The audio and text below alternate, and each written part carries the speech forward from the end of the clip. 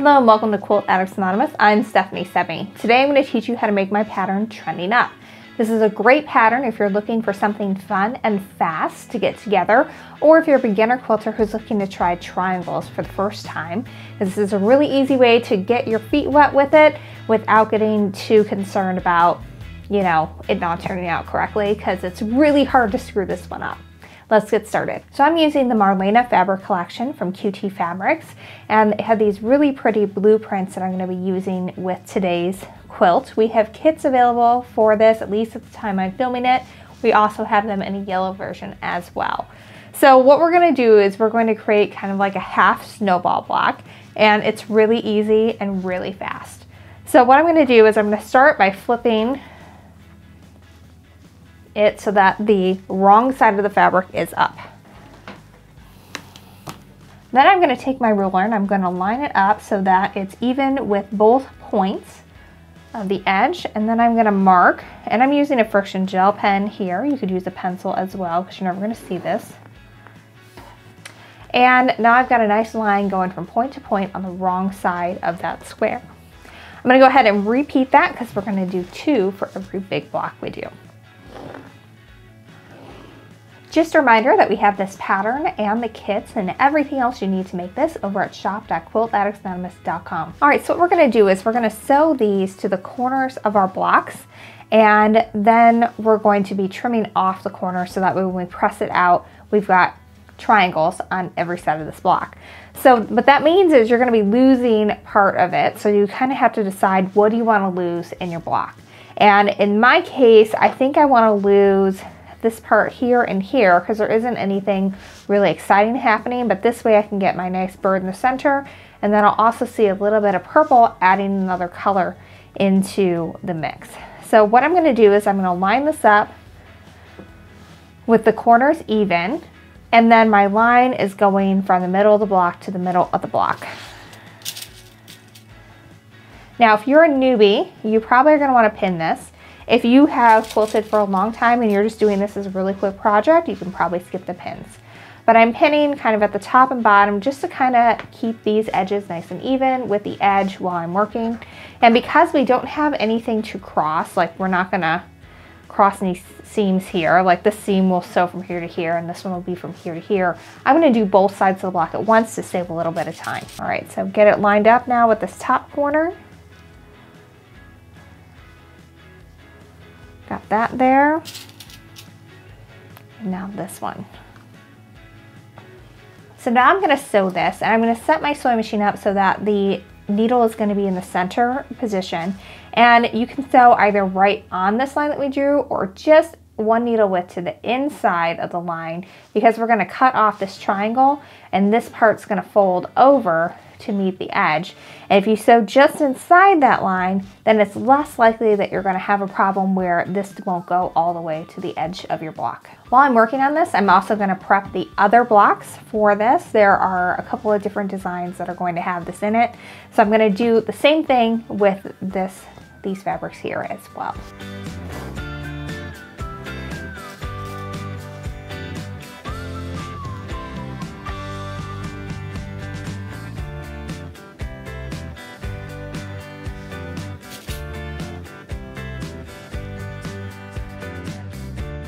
So now with my needle in the center position, I'm going to go ahead and sew either right on top or one needle width to the right of that line. Either is totally fine. It's just whatever you need to do to have that corner go all the way to the outside.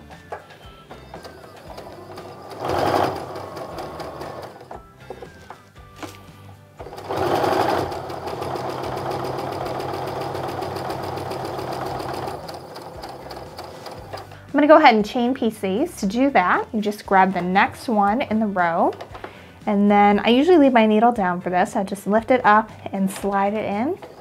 We have a whole video on chain piecing in our beginner quilting video tutorial series. Just go to quiltaddictsanonymous.com/learn to quilt, and you can watch the 12-part series from start to finish.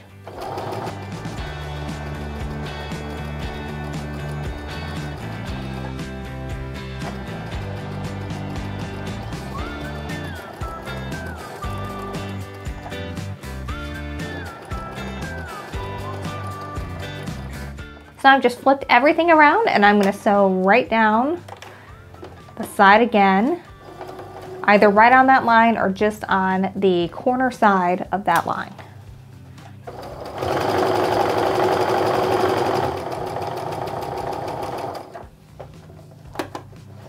You can continue to chain piece this. I haven't cut anything apart yet at all. I'm just sliding it the next piece under. You just want to leave a little bit of space in between so you don't accidentally sew the two pieces together. And you just have a couple of threads in between to clip when you're all done.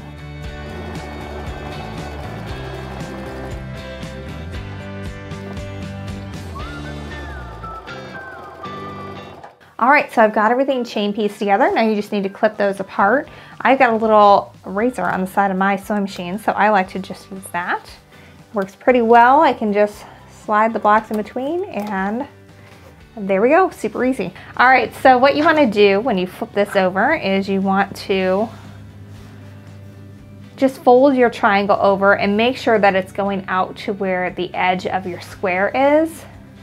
And just double check it and make sure it's pretty close. Like this one, it's not all the way over to it, but it's close enough. And so it's gonna be fine when you put it all together. But this is ideal. This is like right on there. And this one is close enough where we're less than 1/8 of an inch off. So it's not gonna make a big difference in our final product. So if this is what it looks like, that's fine. But what you can do to avoid that, you can see in this one, I actually stitched just one needle width to the right on the block side of that line instead of one needle width to the corner side. And if I would have done that, it would have fit perfectly. So that's kind of what you want to work on if you're having trouble getting your points to go all the way to the corner. Once you've checked and you make sure you're good with how everything is laying, we're going to trim this off and create a 1/4 inch seam. So what I'm doing here is I'm lining up the 1/4 inch line of my ruler with that line that we drew and sewed down. I'm just gonna slice it off. Now I've got a nice 1/4 inch seam here, so we're not gonna have too much bulk when we put this quilt together. Do that on both sides. All right, I'm gonna repeat and continue on with the rest of my blocks, and then we're gonna press these all open. You're gonna have a lot of triangle scraps left over. What you can do is you can sew them together with a 1/4 inch seam and do like a throw pillow that'll match with it. And that would be a really cute way to make use of these instead of having to toss them out. All right, so the first thing I'm gonna do is I'm gonna set the seam, and I'm just gonna go ahead and do that on both sides. Then I'm gonna flip this open and I kind of finger press it first. I just kind of spread my fingers out like that. Then you wanna take your iron completely on the side that you're pressing away from and you wanna just drag that up. If you were to just plop your iron down on top of that, you might end up with a pleat and then your block would not be the right size when it's all done, and that is not good. So that's like the biggest mistake I see people make when they iron is they just pop it right down instead of just gradually dragging it over so I have a nice flat fold. So again, I press that seam, sort of finger press that open a little bit, so it can get a little hot, and then I just drag my iron up over that seam rather than plop it down right on top of it.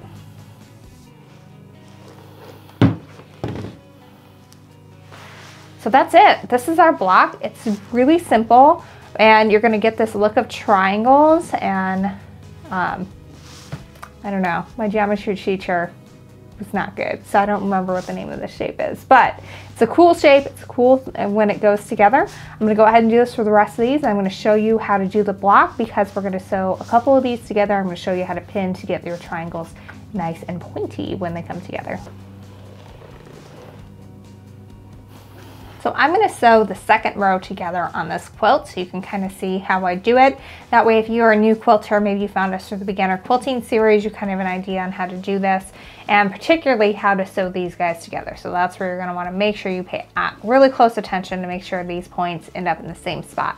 So what I do is I kind of sew twosies together. So I had the first row lined up here and then here. There's 10 blocks in the row. So what I'm gonna do is I'm gonna put these right sides together. And if you want, you can pin this. What I'm gonna do, I don't really need to pin it for myself, but if you were gonna pin it, what you would do is you would put a pin at the top and then at the bottom with the corners lined up. And if you wanted to, you could also put one together at the center And that way, if something turned out a little bit different size when you were sewing it, you've got plenty of room to ease that in. So the first thing we're going to do is create a bunch of twosies. This one I really don't have anything to match up, so I'm literally just going to put a pin in here so that I know what side it is that I'm supposed to sew on, because it's really easy to grab this, go to the sewing machine, and accidentally sew the top row, which is not good. It wouldn't matter on this one, but it would. This one here is going to come next to here. So if I sewed, when this opens up, if I sewed across the top instead, it's not going to look right.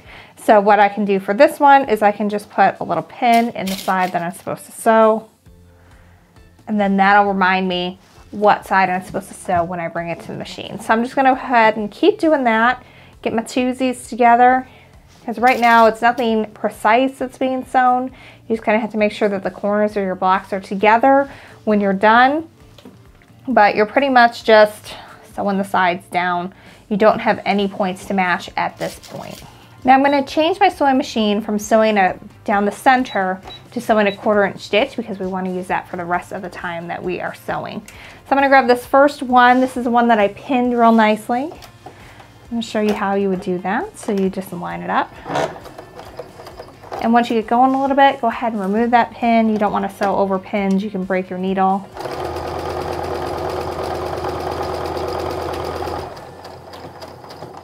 And then just maintain that 1/4 inch seam as you're going down.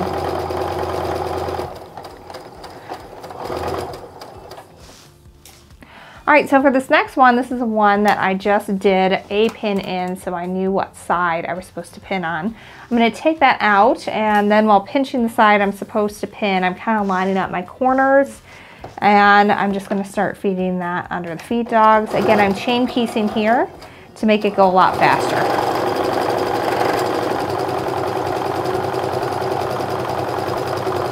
All right, same deal with this one. I've just pinned it once, so I know what side to do. So I'm going to pull that pin out. I'm going to line my corners up, and I just kind of lift it up and look at it like this. Line them up and pinch, and then I just slide that under. And what I do when I'm doing this is once I get maybe 1/4 of the way through, so that my whole piece is now on the extension table, is I reline those corners up behind, and then I just kind of put my finger on top, and then I just guide it through.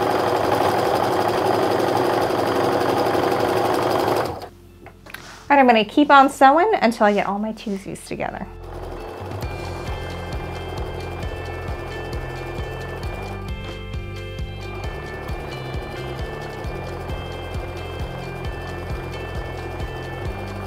So at this point, I always lay everything back out in the order that I sewed it, just to double check, look at the pattern diagram, make sure everything is in the order that it should be. I'm not going to press yet, because I'm going to wait to do that until the whole row is together. That way I can press everything in the same direction, and it'll be really easy to join. All right, so we've got our twosies together. So the next thing I'm going to do is I'm going to turn them into foursies. So twosies mean we have 2 rows sewn together, or 2 blocks in this case. So now I'm going to lay them right sides together again. And again, save time since there isn't a lot of stuff to match on this one. I'm just going to go ahead and pop a pin in on the side, make that easier. Now this one, this is where that seam join is. So this one we're going to pin a special way. And since there's 10 in this row, we're going to have 1 odd man out, and so that'll get sewn on later. So what I'm going to do is I'm going to lay this right sides together. Then I kind of look at it from the top. And in this case, both of the seams are pressed in the same direction. They're going this way. And it's on a diagonal. So what I want to do is I want to line them up, and it's as much feel as it is look. So I can see from the top that those blue seams are right on top of each other, and I can feel that too as I'm going on that. So now what I'm going to do is I'm going to take my pin, and I'm going to pin along the diagonal of that seam line. So I've got it pinned at a 45-degree angle now to keep those nice and secure when I sew them together. Still using that 1/4 inch stitch, I'm going to go ahead and turn these twosies into foursies.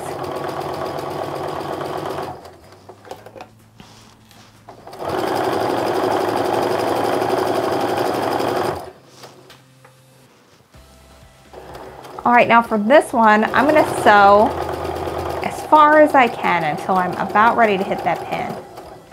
All right, so now I've got my needle down in the seam allowance. So that means if I pull this pin out now, that needle's gonna keep everything in place and make sure that those points stay exactly where I want them to.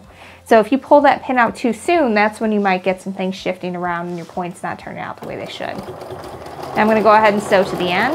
If you wanted to, you could have pinned the top and bottom of this as well if you're nervous about it not coming out right. Now this is like our moment of truth. We're gonna open up and see how we did. And it could have been a little better. It's not perfect. You can see here that we're up a little higher on the left side than we are on the bottom. I'm going to show you how to fix that. That way you know how to get it perfect if you have this problem and it's not absolutely fabulous and you're not happy with it. All right, so this is where it wasn't perfect. So what I'm going to do is I'm only going to clip my seams from here to here because I don't need to take the whole thing out. I can just take out a little bit before and after it was a problem and then readjust and now be fine. All right, so 9 times out of 10, the method I just showed you works perfectly for me. Here's an even more precise method to get everything absolutely perfect. All right, so when you have these seams coming out, so what you can do is you can put a pin in right where the seam meets the 1/4 inch mark. And then you're gonna do the same thing on this side. So I can see where my 1/4 inch mark is from when I sewed, and I'm putting the pin in right where that seam is. Now I'm going to pinch this so that the needle is going straight up and down. And I know that it is holding everything in place perfectly. And then I'm going to pin across the side. This is a method I use when I have like really serious triangles that I need to come together correctly. But like 9 times out of 10, the method I showed you first works perfectly the first time. So this is another way to do it. So if you're having trouble, here's 2 ways. Now, since I only picked from about here to here, that means I only need to sew from here to here. So I'm going to start about 1 inch or so behind where I stopped and finish 1 inch or so back. I'm going to reinforce those stitches and we'll be good to go.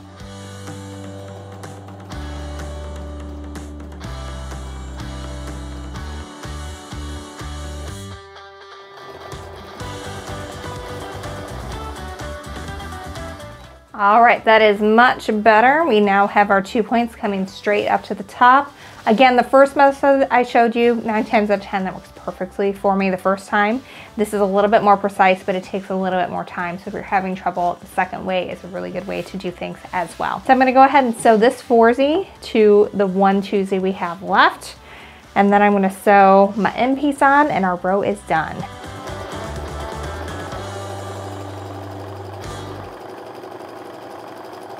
All right, so we've got a row together. We only have 1 triangle join per row. Some rows don't even have any triangle join, so it's a really easy first quilt. The last thing we have to do is press this. I'm going to show you why I wait to the end to press the rows whenever I'm doing a quilt like this.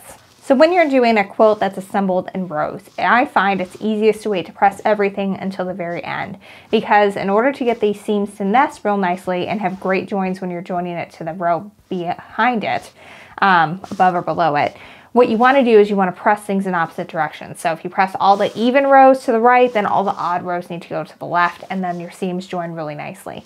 So I like to get everything laid out and then press everything as like my final step before assembling all the rows. So what I do is I kind of skip the setting the seam part for this. So the quilt police might be mad about that, but we're just gonna get over it. So what I'm doing is I'm pressing my fingers up so that the seam is going underneath this side of the block. And then just like before, I'm gonna drag my iron up and over that seam. Hold it there for a second or two until I feel like it's good and in place. And then I just pull it toward me and just keep repeating as we go down.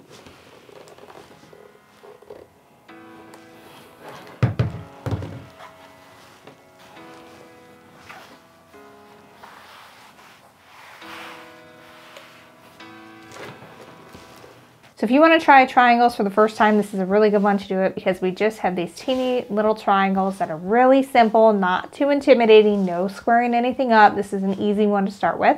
Or if you just need something really fast and easy, then this is a good one to do as well.